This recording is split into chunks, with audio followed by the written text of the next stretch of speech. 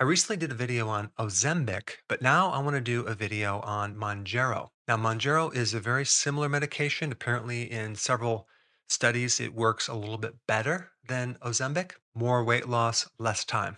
Both these medications were primarily used for regulating blood sugars with diabetes, but they also found that it helps you lose weight, which makes sense because anything that improves blood sugars will obviously help you lose weight. So, the first thing I want to say is Mounjaro does create some really interesting effects with weight loss and blood sugars. There's no doubt. Actually, it can even improve insulin resistance and decrease your A1C, which is an average blood sugar for 3 months. So I'm not going to say that it doesn't work, but it's expensive. It's like $1,000 to $1,300 a month. And it does come with other side effects other than just being expensive. But the big question is what happens when you come off the medication? Does it actually correct the problem? The answer is no.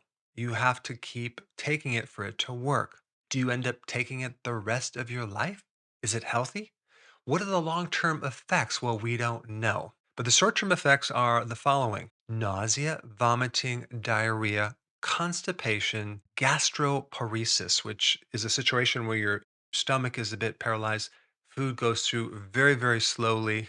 Another side effect would be abdominal pain, dizziness, lethargy, low blood sugar, as in hypoglycemia. Various kidney problems, like kidney disease, could happen as well. And even retinopathy, which is a problem with your retina. Let me just kind of touch on that for a second, the slow metabolism. People that have a slow metabolism actually have a very efficient metabolism, probably from dieting in the past. You go on some diet, and then your body adapts and compensates, especially if you go on a lower calorie diet and then becomes more efficient. So now it can run on a smaller amount of fuel. It doesn't want to waste this energy. So it's very conservative. So it's like a car that gets a lot of miles per gallon, right? Versus a very inefficient motor, which is a gas guzzler. So this is really a survival thing that we have in our genetics. So anything like fat storage is survival to the body.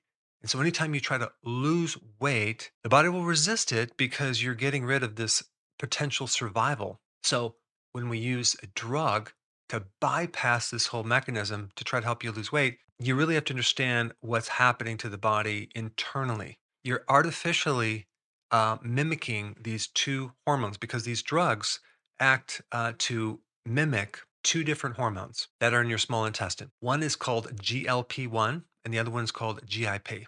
They're drugs that mimic these hormones. So my question is it possible to create this similar effect but without the side effects? Can you use something more natural? Is there such a thing as some type of maybe herbal or plant-based agonist for these two hormones? And the answer is yes, there is. And I put a link down below of the research on that. And it's called phytomedicine. You're using plants as medicine. But the cool thing about it is there's very minimal toxicity and there's all sorts of properties, especially things that relate to blood sugar control and many other effects in plants. I mean, there's probably about at least 400 different chemicals that can help blood sugars from different angles. These two hormones that these drugs are mimicking raise insulin to lower the blood sugar and also reduce the production of glucose from the liver. That's called gluconeogenesis. And they also affect the digestive system. They actually make you feel full. They help reduce the appetite. So it's going to curb your hunger and help you eat less. So my question is, number one, is there something non-toxic without the side effects? And is there something you can do long term to create this same effect to add it as a part of your long-term healthy lifestyle instead of a short term, very expensive drug approach? And I forgot to mention lowered stomach acids.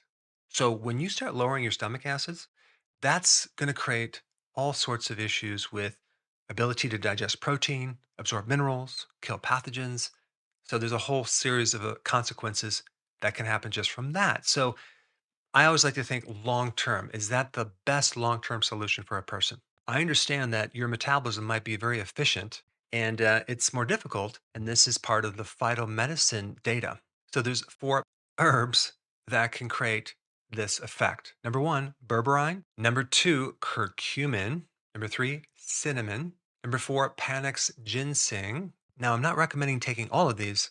I would just pick one and try it out. In addition to two other things I would highly recommend, especially if you want to lower your appetite and be able to do something that fits within your lifestyle.